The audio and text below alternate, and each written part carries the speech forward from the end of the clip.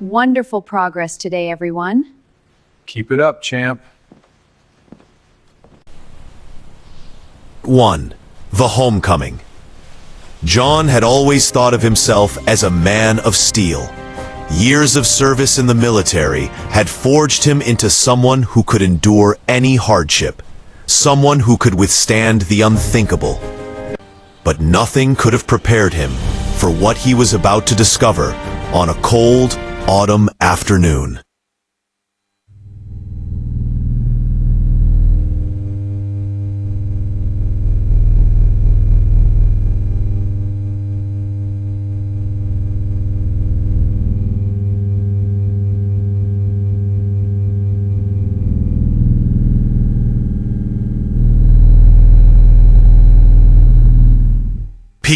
It was a typical day, or so he thought, as he drove his truck down the familiar road, his loyal dog, Ranger, sitting beside him. His daughter, Emily, had been waiting for him at her group home, eagerly anticipating his visit.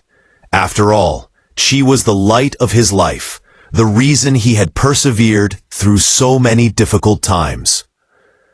Emily had been born with cerebral palsy, a condition that made simple tasks a constant struggle. John had been her sole caregiver for years, until his deployment overseas left him with no choice but to place her in the care of others. He promised to visit her every chance he got. As he approached the group home, his heart swelled with anticipation. Emily's bright smile was the one thing that could melt away the memories of war, the horrors of conflict that still haunted him. He'd spent countless sleepless nights in distant lands, but knowing she would be waiting for him made every sacrifice feel worth it. When he pulled into the parking lot, the sight of the building brought a familiar sense of comfort. The staff at the home were kind, and Emily had formed close bonds with her caregivers. It was a good place, a safe place. But that afternoon, something felt different. John frowned as he noticed the door to the home was ajar. Ranger's ears perked up, his usually calm demeanor now alert. John stepped out of the truck, his heart beginning to race. Something was wrong. Part 2. The Horrific Discovery. Inside, the first thing he noticed was the eerie silence. The usual laughter and chatter of the other residents were absent. His boots echoed in the hallway as he walked toward Emily's room, but there was no response to his knock. "Emily?" he called softly, pushing open the door. What he saw inside made his blood run cold. Emily's wheelchair was overturned, her favorite teddy bear lying discarded on the floor. The room was in disarray, her belongings scattered as though a storm had passed through. But worse than the mess was the sight of the caregiver, Mrs. Stevens, lying motionless on the floor in the corner. Her eyes were wide open, a look of shock frozen on her face. John's heart skipped a beat.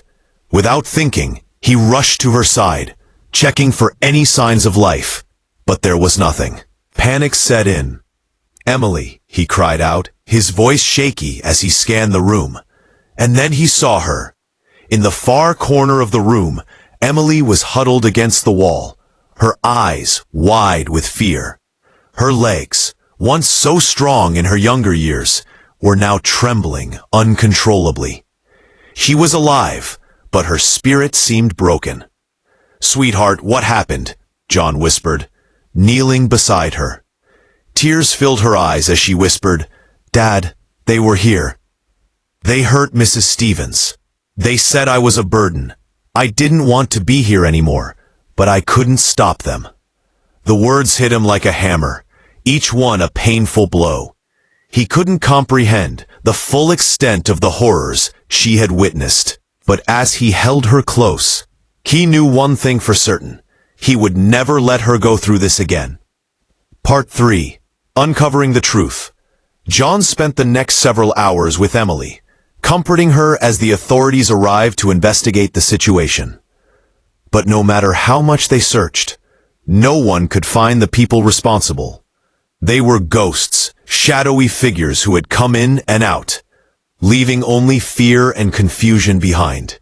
It was only later that night, as John sat beside Emily's bed, holding her hand, that he realized something.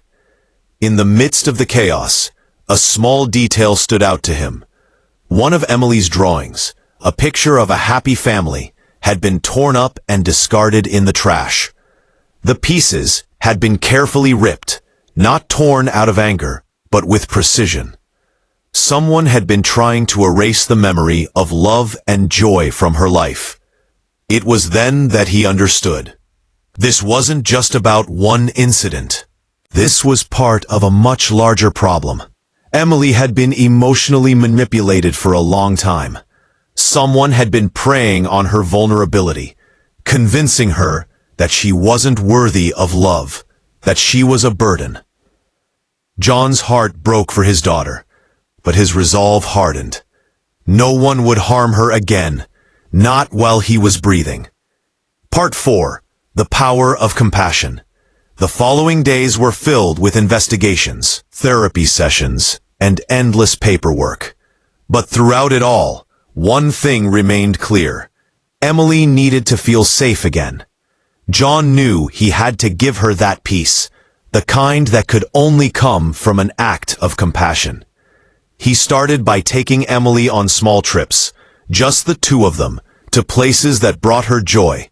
The park, the beach, even just a quiet walk around the block. Slowly but surely, Emily's confidence began to return. The darkness that had clouded her spirit started to lift, replaced by the light of love and trust. One day, as they were sitting in the park, Emily turned to him with a smile that could light up the world. "I'm not a burden, am I, Dad?" she asked, her voice small but hopeful. John hugged her tightly, his heart swelling with pride and love. "You are never a burden, sweetheart. You are my greatest blessing, and I will always protect you." Part 5. Healing the Heart. Months passed, and the memory of that horrifying day began to fade. The investigation into the abuse at the group home had led to multiple arrests. But for John, that wasn't what mattered most. What mattered was Emily's recovery, her ability to believe in herself again.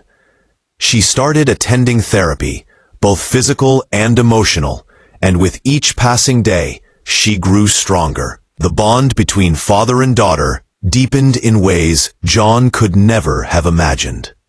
They became a team, united by love and resilience. One evening, as they sat on the porch watching the sunset, Emily turned to John and said, "You know, Dad, I think I'm ready to help others now. I want to tell people that they're not alone." John looked at his daughter, his heart swelling with pride.